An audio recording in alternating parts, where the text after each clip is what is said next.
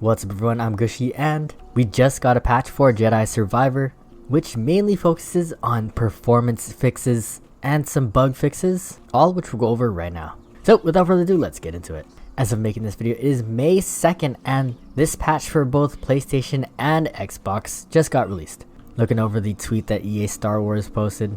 So first, they fixed multiple crashes across PlayStation and Xbox Series X and S. Personally, throughout my whole playthrough, I have not encountered any crashes, and I'm playing on PlayStation 5, so maybe this is an Xbox issue. However, I've heard a lot of stories on PC where the game crashes a lot, so maybe they just re-implemented it for the consoles as well. Next, fixed crashes that were tied to skipping cinematics. Again, I haven't really encountered this. If you are going through your first playthrough, I don't imagine that a lot of people are skipping cinematics, especially when this is a very story-driven game, and so far the story is pretty good.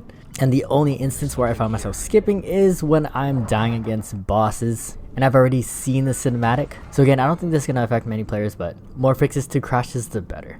Next, performance improvements across PlayStation 5 and Xbox Series X and S. This is super vague, so we don't really know exactly what they've done to improve the performance. If you have been playing through the game before this patch, you didn't have performance mode on, the game is pretty much unplayable because Jedi Survivor is very much a timing heavy game.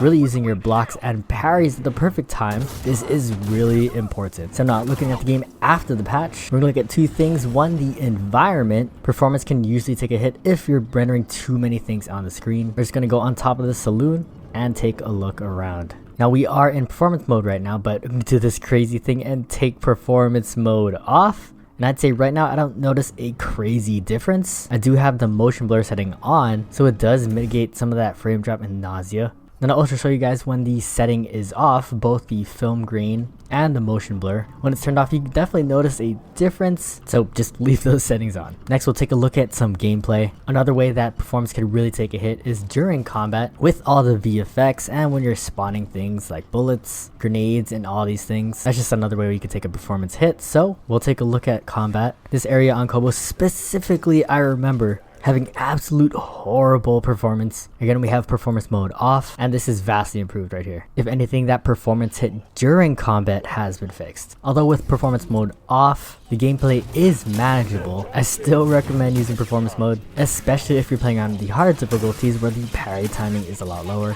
Just that little increase to performance with performance mode really does make a difference. Okay, going back to the patch notes, fix an issue with dynamic cloth inside the mantis. I've noticed this a little bit, but really wasn't a game breaker, so that's a nice change. Next, fix various rendering issues. I've noticed there's a lot of popping issues, especially when you're trying to load a new area like the saloon, going back into the open world or open world back to the saloon. And this could be some of the solutions to the performance issues, but in my opinion, the popping isn't a huge issue. I think just the world at this scale and just how detailed the saloon is, I'm fine waiting a couple seconds because I love the environment. Next, fix an issue with registering the Neko colors and Nekos disappearing from the stable. Unless you're really into collecting Nekos, maybe some of you guys are, but not a huge deal. It's just really funny that they prioritize this along with all the performance issues. Next, fix issues with cinematic dialogue overlapping. Again, I haven't encountered this, but nice fix.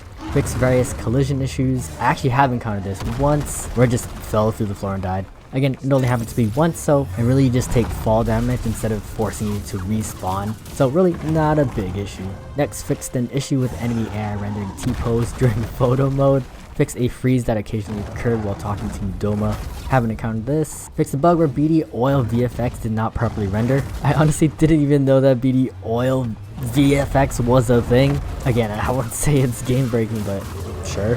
Then finally, fixed an issue where players were getting stuck inside the chamber of duality if you didn't save after leaving the chamber and die. So I think this one is actually a big fix, especially with all the puzzle aspects of the game. Sometimes you just don't know if you're not solving the puzzle correctly or if you're just really stuck in a bug state. And so that's all the changes in the patch. The performance fixes are notable, but again, not significant enough to take performance mode off, in my opinion. I'm really a person that doesn't mind performance mode off, but in this case, for this game, where timing is very important, again, it's just a detriment to the game. With that, I hope you guys found this video helpful. If you did, please drop a like and consider subscribing. And as always, thank you guys for watching. Hope to catch you in the next one, and GG. You probably don't feel special.